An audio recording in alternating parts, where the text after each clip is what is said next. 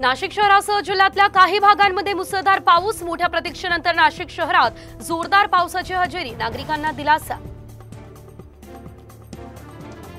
नंदुरबारच्या शहाद्यात जोरदार पावसानं नदी नाल्यातला गाळ आणि कचरा थेट गावात, अस्वच्छता आणि दुर्गंधीमुळे ग्रामस्थांचं आरोग्य धोक्यात। नीट परीक्षेतील घोटाळ्यानंतर काँग्रेस आक्रमक, देशभरात काँग्रेसकडून आंदोलनाची हाक। लोकसभेला जे योग्य ते तुम्ही केलं, विधानसभेला सुद्धा जे योग्य आहे ते करा, शरद पवार यांचं आवाहन। सत्तेत असताना लोकहित जपलं तर लोक लक्षात ठेवतात, असंही केलं विधान।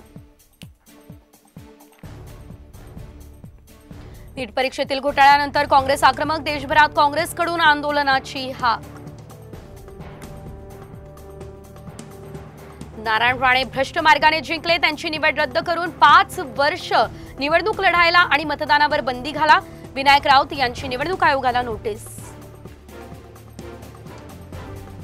मराठा समाजाला आरक्षण देताना ओबीसींवर अन्याय होणार नाही याची काळजी घ्यायला हवी, चंद्रशेखर बावनकुळे यांची भूमिका।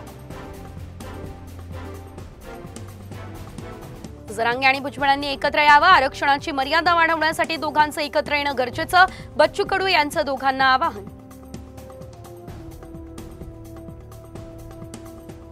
नोकऱ्या नीट करा, नाही तर घरी जावं लागेल, आमदार गोपीचंद पडळकर यांनी अधिकाऱ्यांना भरला दम। गोंदिया शहरात होर्डिंग काढत असताना तरुणाचा मृत्यू, विजेचा धक्का बसल्याने तरुणाने गमावले प्राण।